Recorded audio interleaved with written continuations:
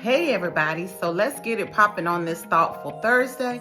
Today we are going to talk about the skip spending method. Now, many of you may have seen me talk about this or post it on social media as another way to effectively, start you a savings account or an emergency fund or whatever the case may be. But the purpose of the skip spending method is to give you a means and an opportunity to save money on non-essential things. Sometimes things you don't even think about that you spend on, each day or each week that you could potentially be putting that money away for and saving. So I want to start again by kind of giving you an overview of what the skip spending method and that strategy is. So it's where individuals, you intentionally decide to skip spending on some non-essential item, whether it's a Starbucks coffee or whether it's a McDonald's, Big Mac meal, or whether it's some Bojangles or whatever. But you intentionally decide and make a decision to skip spending that money on that specific item over a period of time so that you can put that money away that you would have been spending instead. So here's a summary of the steps. I'm going to make this really brief, and then in a later video I'll go into more details about kind of what goes into each of the steps. But let's start with step number 1. So identify the non-essential expenses that you want to intentionally skip.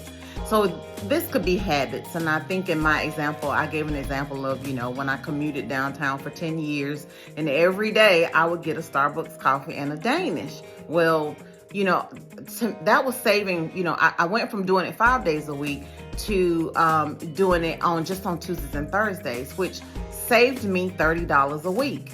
So I ended up paying myself interest because, at the time, banks wasn't even giving us 3% interest. So I was like, okay, well, who better to pay than pay myself? So identifying what non-essential item you're going to skip spending on is going to be the first step, right? The second step is to set you a savings goal. Now, I kind of knew by being an accountant, I had kind of calculated, what my savings would be, and it would be somewhere around $1,500, $1,600, at the end of the year. I ended up saving more because weeks that I was out on vacation or, for Christmas holiday or Thanksgiving holiday, I wasn't doing the commute. So I was able to, to save that entire week. So, that made a difference too. So you set your own individual spending goal, and then, you kind of, savings goal. And then you say, hey, at the end of the year, how much do I want to see, in my savings account or in my, emergency fund or in my nest egg? And then you kind of set your targets that way, how much you want to save. And then remember to always pay yourself interest. And you can always beat the bank, because this is kind of like what my grandmama used to do, with mattress money. So the third thing is to track your skipped expenses. So like I just said, if I'm saving $10 3 days out of the week, I'm saving $30 a week. I'm paying myself anywhere between 3 and 5% interest each month on what I saved. So, it can ramp up for you really, really quickly and in a really good way. So the fourth thing is to transfer to your savings. So I'll be the first one to say, if I don't see it, I don't know it's there, I'm good. I won't have a reason or even a notion to redirect that money on spending something else that's non-essential. So we have something that's called, a way to save. Wells Fargo offers a way to save. We also have with Bank of America something called Keep the Change. So whatever it is that we spend, whether it's on gas or whether it's on purchases in the store, if it rounds it up to the nearest dollar, and it puts that change in our emergency fund, so we never see it, right?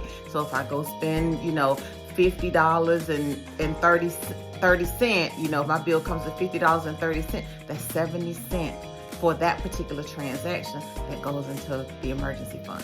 So it's an awesome way to do it, and you never see it.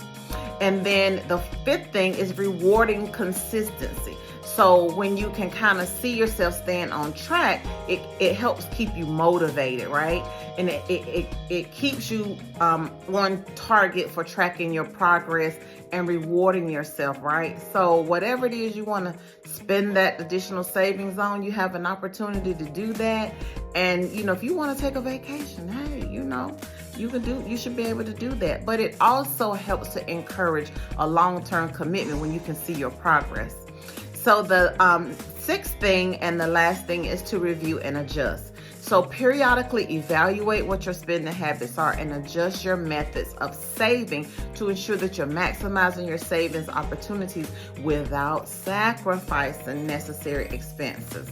So those are the 6 top ways to implement your skip savings process. And just remember, by regularly skipping non-essential, purchases and redirecting those funds to a savings, this is a method to help you build a savings without sacrificing, or requiring dramatic changes in your current lifestyle. It's also a very important thing for you to teach your children, especially like we talked about the other day, your children who are off away to college, or if you have kids who are moving out of the home for the first time, go ahead and start teaching them healthy ways to manage their money and to do simple budgeting and develop budgeting strategies that are simple and easy to implement, and they won't even know that they have built this savings or this nest egg or this, emergency fund at the end of the year. And, treat yourself. Go on a vacation, girl. Buy that bust down Gucci if you can afford it. Now, if you can't afford it, don't be out here buying no Gucci. But anyway, those are some little snippets from the PhD section. Smart snippets, okay, from the PhD section. So if you would like to receive more information or discuss further details about the skip spending method or any other financial or budgeting questions that you may have, feel free to go to my website at www.tsjfinancial.com and book an appointment today. Have a good day.